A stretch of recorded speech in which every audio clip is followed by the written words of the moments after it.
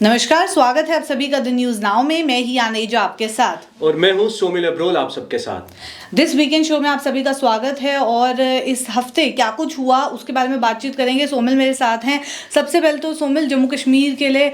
कश्मीर का रियासी इस समय बहुत ज़्यादा खबरों में है, क्योंकि बात ही ऐसी है। लिथियम रिजर्व्स पाए गए और जितने ज़्यादा क्वांटिटी में पाए गए हैं तो वो चाइना को भी इस समय सरपास कर चुका है। 5.9 मिलियन टन बहुत बड़ी क्वांटिटी जो है वो कंसीडर की जा रही है। और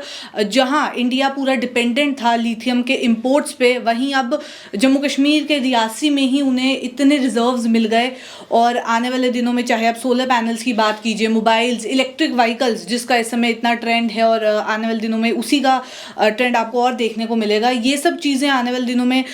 किस तरीके से चेंज होंगी। और रियासी की बात करें तो डायनेमिक्स ही बदल गए हैं, क्या कहते हैं इस पे? देखिए, सबसे जो खुशी की बात थी हियाज के बीच में, जम्मू कश्मीर और ख़ास तौर पर जम्मू डिवीज़न के रियासी के इलाके में एक बड़ी डेवलपमेंट होना, जिसमें जियोलॉजिकल सर्वे ऑफ इंडिया ने पूरी तरह से वहाँ पर रिसर्च भी की और फाइनली एक सक्सेस उनको मिली, जिसमें जो लिथियम के रिजर्व्स हैं वहाँ पर वो मिले। और पूरी तरह से, क्योंकि जिस तरह आपने चाइना का भी इसके बीच में जिक्र किया कि चाइना को सरपास किया है, तो कई सारी चीज़ें जिसमें हम ये कहेंगे कि पूरे वर्ल्ड में एक रेवोल्यूशनरी चेंज हो रहा है, जिसमें आप मोबाइल फ़ोन अपने जो इस्तेमाल करते हैं, स्मार्टफोन यूज़ करते हैं, उसके बीच में जो बैटरी होती है वो भी लिथियम उसके ऊपर ज़रूर लिखा होता है। और जो 5.9 मिलियन टन लिथियम मिलना, एक मैं कहता हूँ कि बहुत बड़ी एक कामयाबी है और बहुत बड़ी एक खबर भी है। और इसी के साथ साथ अगर ईवी बैटरीज की बात की जाए तो ये लिथियम उसका की कंपोनेंट जो है वो माना जाता है। एक चीज़ और, इन दिनों हम देखते हैं कि जो लिथियम मेड बैटरीज हैं उनका यूज़ सबसे ज़्यादा आजकल जो इलेक्ट्रिक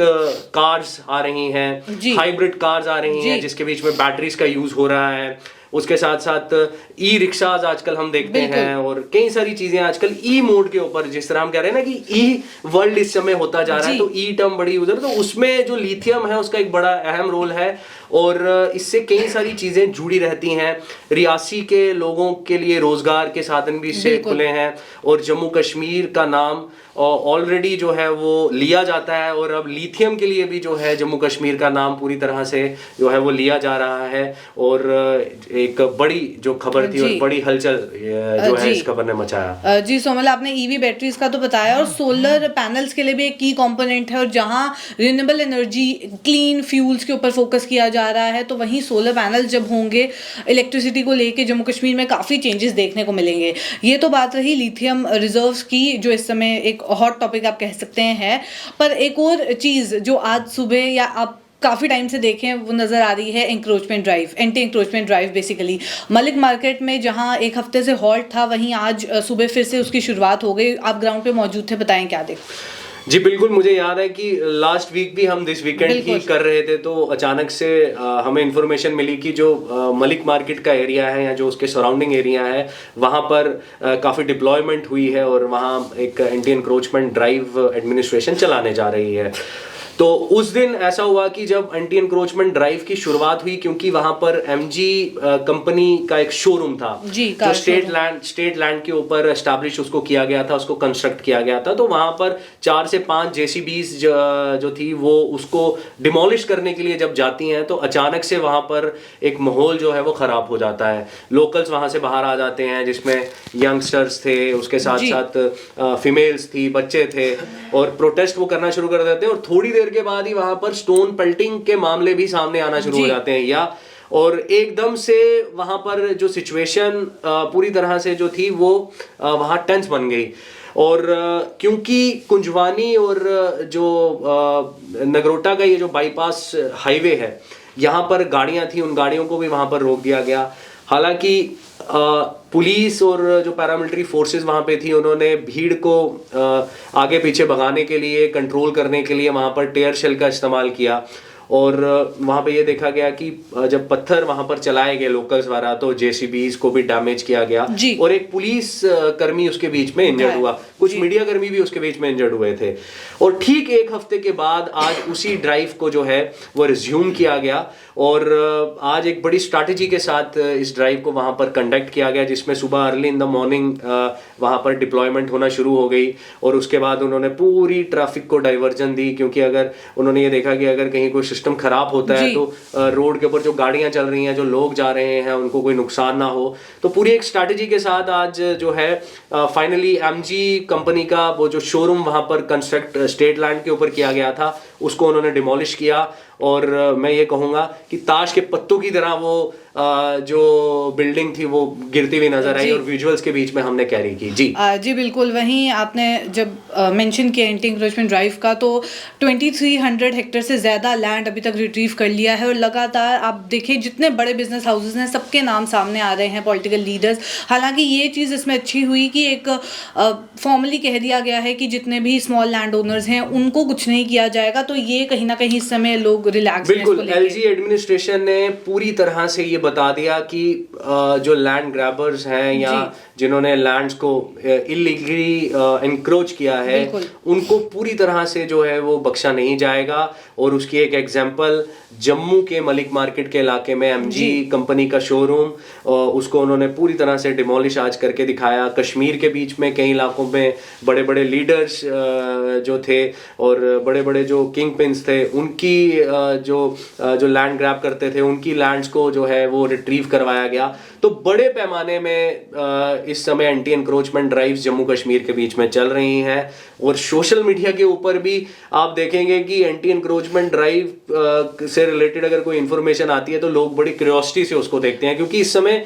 ये हॉट टॉपिक जो है जम्मू कश्मीर के बीच में वहीं आपने कहा जो सोशल मीडिया पे जैसे इन्फॉर्मेशन आती है और वो बहुत ज्यादा वायरल भी हो रही है, पर इसमें ये भी चीज का ध्यान रखना है कि मिस इन्फॉर्मेशन भी उतनी वायरल हो रही है। क्योंकि 2-3 दिन पहले ही एक लिस्ट वायरल हुई थी, लगभग 450 शॉप्स ऐसी थी श्रीनगर में जिनकी लिस्ट सामने आई थी कि ये सब स्टेट लैंड पे बनी हुई हैं, इन सबको रिट्रीव किया जाएगा, ये सारी दुकानें जल्द ही टूट जाएंगी, आप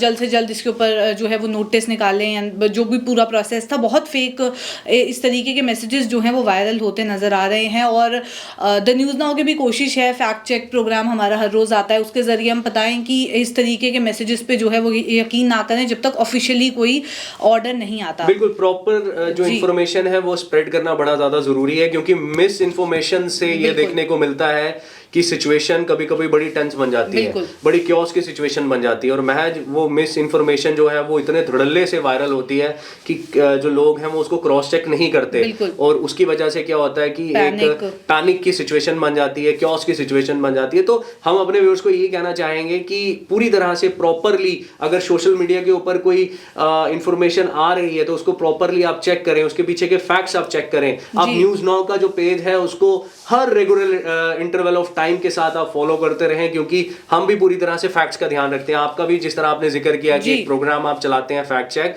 तो हमारी कोशिश यही है कि हम प्रॉपर फैक्ट्स एंड फिगर्स के साथ अपने व्यूअर्स को इन्फॉर्मेशन दें। जी, वहीं एक और चीज़ एक्सीडेंट्स की अगर बात की जाए तो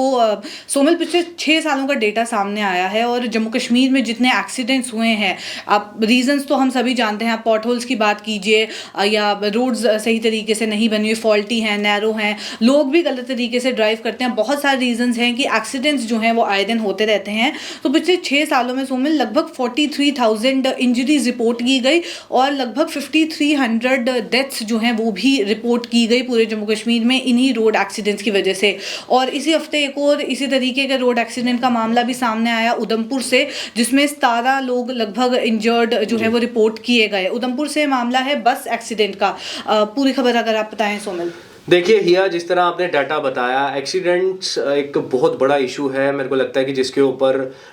चर्चा तो करनी चाहिए लेकिन कुछ कॉन्क्रीट भी इसके ऊपर होना चाहिए, क्योंकि आए दिन ये देखने को मिलता है कि एक्सीडेंट्स खास तौर पर उधमपुर के इलाके में, डिस्ट्रिक्ट डोडा, चिनाब वैली, पीर पंजाल की रेंज, ये इस तरह के इलाके हैं कि जो एक्सीडेंट प्रोन एरिया हैं। लेकिन इसके ऊपर ठोस कदम उठाने की ज़रूरत इस समय बनती जा रही है और क्योंकि जिस तरह कनेक्टिविटी को लेकर हाईवेज कनेक्ट जो है वो कंस्ट्रक्ट किए जा रहे हैं, लेकिन मुझे लगता है कि ये एरिया क्योंकि पहाड़ियों से सटे हुए इलाके हैं, चैलेंजेस नो डाउट कई सारे हैं, बट इसमें जो इंजीनियरिंग का पार्ट है वो बड़ा इंपॉर्टेंट पार्ट है, क्योंकि कई डेफिशिएंसीज रोड के बीच में हिया देखने को मिलती हैं। रिसेंटली 3-4 महीने पहले मैं खुद डोडा गया था और मैंने वहां से कई सारे लाइव किए थे, तो मैंने भी ऑन स्पॉट वहां पर देखा कि कई एक्सीडेंट्स जो थे वो उनकी न्यूज तो वहां पर आती थी, लेकिन डेफिशिएंसी कहां पर है। तो मैंने हिया वहां पर कई सारी चीजें देखी जिसमें वहां पर साइन बोर्ड्स नहीं है, कहीं पर बड़े शार्प कर्व्स हैं लेकिन किसी को पता नहीं लगता, इमीडिएट टर्न वहां पर आ जाते हैं। उसके साथ खाई है, खाई के साथ में जो है कई सारे बोर्ड्स वहां पर मिसिंग है, कई सारी रोड्स के बीच में डेफिशिएंसीज हैं। तो ये वजह भी जो है एक्सीडेंट्स की पूरी तरह से हो सकती है, क्योंकि ड्राइवर का जो पार्ट है अगर वो रैश ड्राइविंग कर रहा है, चलिए मान लीजिए कि अगर एक ड्राइवर का पार्ट है कि वो रैश ड्राइविंग कर रहा है, अगर ओवरलोडिंग है गाड़ी के बीच में, तो वो काम है एनफोर्समेंट एजेंसीज का देखना, जिसमें ट्रैफिक पुलिस है, कुछ जगहों पर एग्जीक्यूटिव पुलिस भी जाकर नाकाबंदी लगाती है और इन चीजों को देखती है। ट्रांसपोर्ट डिपार्टमेंट है, वो देखता है कि गाड़ी की फिटनेस किस तरह की है, कि फिटनेस खराब तो नहीं है गाड़ी की। बट मैं दूसरी तरफ ये कहूंगा कि रोड की जो सेफ्टी ऑडिट है वो होना बहुत ज़्यादा ज़रूरी है। उसमें जो डेफिशिएंसीज हैं उनको आइडेंटिफाई करना बड़ा ज़्यादा ज़रूरी है, ताकि इसको जो है इनिशियल स्टेज पर देख लिया जाए इन सारी चीज़ों को कि आखिर इन्हीं इलाकों पे क्यों एक्सीडेंट्स होते हैं और उसको जड़ से ख़त्म कर दिया जाए। जी सोमेल, आपने बहुत सही कहा, ऑडिट होना चाहिए, पर इसी के बारे में थोड़ा बताऊं अगर मैं, तो 2012 में CPIM लीडर तारगामी की ओर से भी एक रिपोर्ट जो है वो पेश की गई थी कि कितने एक्सीडेंट्स पूरे जम्मू कश्मीर में हो रहे हैं और उसके रीजंस क्या हैं। दोनों तरफ के रीजन है, एडमिनिस्ट्रेशन भी और लोगों की नेग्लिजेंस भी, और साथ ही साथ क्या कुछ इस पे रिकमेंडेशंस हैं वो भी उसी रिपोर्ट में पेश की गई। इसी के चलते 2015 में ऑडिट और ये कमेटीज का गठन जो है वो किया गया, पर क्या वो कमेटी सही तरीके से काम कर रही हैं? क्योंकि ऑन पेपर्स तो कहा जा रहा है कि हम 10 सालों से लगातार अवेयरनेस कैंप्स कर रहे हैं, सोशल मीडिया के थ्रू लोगों को अवेयर कर रहे हैं, पर क्या सही में एक्सीडेंट के केसेस कम हुए हैं? बस कोविड टाइम पीरियड जब लॉकडाउन था उस टाइम पे थोड़ी कमी देखने को मिली, अदरवाइज आप ग्राफ देखें तो एक्सीडेंट्स का बढ़ता ही जा रहा है। बिल्कुल हिया, और हम अगर चलिए, ये तो बड़े फॉर फ्लंग एरियाज हैं जहां पर ये एक्सीडेंट हुए हैं। अगर हम विद इन द सिटी देखें तो विद इन द सिटी भी कई सारी ऐसी चौंक्स हैं, कई सारी ऐसी जगहें हैं जहां पर मुझे लगता है कि रोड सेफ्टी ऑडिट होना बहुत ज़्यादा ज़रूरी है। वो इसलिए ज़रूरी है क्योंकि वहां पर कई सारी जो इंजीनियरिंग पॉइंट ऑफ व्यू से अगर देखा जाए तो वहां पर कई सारे फॉल्ट हैं, कई सारे वहां पर उसको जब कंस्ट्रक्ट किया गया या डिज़ाइन किया गया तो मुझे लगता है कि वहां पर उसको देखा नहीं गया प्रॉपरली। जिस तरह भगवती नगर का एरिया आप देखें या फिर आप ये अप्पन नरवाल का एरिया देखें, वहां पर भी कई सारे एक्सीडेंट्स हुए हैं जिसमें वो ब्रिज था और वो ब्रिज छोटा सा था जो कनेक्ट कर रहा था, वहां पे बड़ा जिगजैग था और उसकी वजह से क्या होता था कि गाड़ियों का जो बैलेंस था वो इम्बैलेंस हो जाता था, उसकी वजह से एक्सीडेंट्स होते हैं। कई जगह ऐसी लाइट्स लगी हैं जहां पर उसका प्रॉपरली एक मैकेनिज्म जो है वो नहीं है। तो ये सारी चीजें कुल मिलाकर, क्योंकि मैंने आपको शुरुआत में भी कहा कि अगर एक्सीडेंट्स होते हैं तो ठीक है, जो गाड़ी चालक है उसकी गलती चलिए मान लेते हैं, वो काम देखना है एनफोर्समेंट एजेंसीज का, लेकिन रोड्स के बीच में डेफिशिएंसीज हैं या कहीं पर टेक्निकल कोई फॉल्ट है, इंजीनियरिंग फॉल्ट है, तो वो भी देखना उतना ज्यादा जरूरी है। जी सोमेल, आखिर में करप्शन के ऊपर बातचीत करते हैं। जम्मू कश्मीर का नाम जहां करप्शन के साथ बहुत ज्यादा जोड़ा जाता था, वहीं आपको बता दूं एक और केस हाल ही में सामने आया जहां CBI ने अरेस्ट किया चीफ अकाउंट्स ऑफिसर और साथ ही साथ एक लेक्चरर को, और लगभग 2.5 लाख के आसपास का ब्राइबरी का केस ये था जो सामने आया। उसके बारे में क्या डिटेल्स हैं? देखिए, जम्मू कश्मीर के बीच में इस समय जो लेफ्टिनेंट गवर्नर है मनोज सिन्हा, उन्होंने अपनी स्पीच में कई दफा ये कहा है और कड़े शब्दों में उन्होंने ये चेतावनी दी है कि करप्शन को, और अगर कोई ब्राइब लेते हुए कोई अधिकारी पकड़ा जाता है तो उसको बख्शा नहीं जाएगा, उसके ऊपर पूरी तरह से जो कार्रवाई है वो की जाएगी, चाहे एजेंसी कोई भी हो, CBI हो या फिर एंटी करप्शन ब्यूरो हो। कई सारे मामले सामने आए जिसमें ये देखने को मिला कि रेड हैंडेड कई सारे ऑफिसर्स को, कई सारे डिपार्टमेंट के जो अलग अलग ऑफिसर्स हैं उनको पकड़ा गया ब्राइब लेते हुए। तो हाल ही में इस तरह का मामला जो था वो CBI के हाथ भी लगा, जिसमें एक KS ऑफिसर जो कि पेशे से एक अकाउंट्स ऑफिसर थे, उनको गिरफ्तार किया गया और उन जो एक डिमांड की जा रही थी अमाउंट की, एक लेक्चरर थे, क्योंकि लेक्चरर की की अगर बात की जाए तो नेशन बिल्डर होते हैं, और इस तरह का जो काम अगर ये लोग करेंगे तो मैसेज क्या जाएगा। और दूसरी तरफ इस समय जो जम्मू कश्मीर के बीच में एडमिनिस्ट्रेशन जिस तरह एक तो वो डिजिटलाइजेशन को बढ़ावा दे रही है, और दूसरा जो एम्प्लॉयज हैं उनकी परफॉर्मेंस को भी देखा जा रहा है। उसमें पूरी तरह से उनकी बायोमेट्रिक से लेकर उनकी क्या मंथली परफॉर्मेंस है उसको चेक किया जा रहा है। अगर कोई डेडवुड है तो उनको या तो वीआरएस दी जा रही है या फिर उनको टर्मिनेट किया जा रहा है। तो इस तरह के जो कड़े प्रयास हैं वो जम्मू कश्मीर की मौजूदा एडमिनिस्ट्रेशन, जम्मू कश्मीर का जो एडमिनिस्ट्रेटिव काउंसिल है वो ये कर रहा है, और पूरे कड़े जो